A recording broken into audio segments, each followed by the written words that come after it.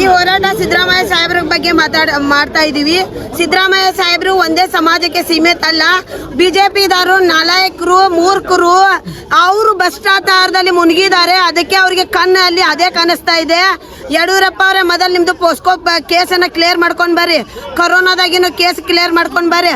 ಇವತ್ತಿಗೆ 40 ವರ್ಷ ಆಯ್ತು. ಈ ತಿಂಗಳಿಗೆ ನಮ್ಮ ಸಾಹೇಬ್ರು ಹೆಂಗ ಹಾಲನ್ನ, ಈ ಹಾಲು ಹೆಂಗ ವೈಟ್ ಇದೆ ಹಂಗ ನಮ್ ಸಿದ್ದರಾಮಯ್ಯ ಸಾಹೇಬ್ರು ಇದ್ದಾರೆ. ನಿಮ್ಗೆ ನಾಚಿಕೆ ಮಾನ ಮರ್ಯಾದೆ ಇದ್ರೆ, ಧೈರ್ಯ ಇದ್ರೆ ಚರ್ಚೆಗೆ ಬನ್ನಿ. ನಿಮ್ದು ಎಲ್ಲ ನಿಮ್ ಮನಿ ಮಠ ಬಂದ ಹಗರನ ಕೇಳ್ತೇವಿ. ಚಾಲೆಂಜ್ ಸಿದ್ದರಾಮಯ್ಯ ಸಾಹೇಬ್ರು 5 ವರ್ಷ ಮುಖ್ಯಮಂತ್ರಿ. ನಿಮ್ಮಂಗೆ ಅರ್ಧಕ್ಕಿನ ಜೈಲಿಗೆ ಹೋಗಿದ್ದ ನಾಯಕ ಅಲ್ಲ ನಮ್ದು.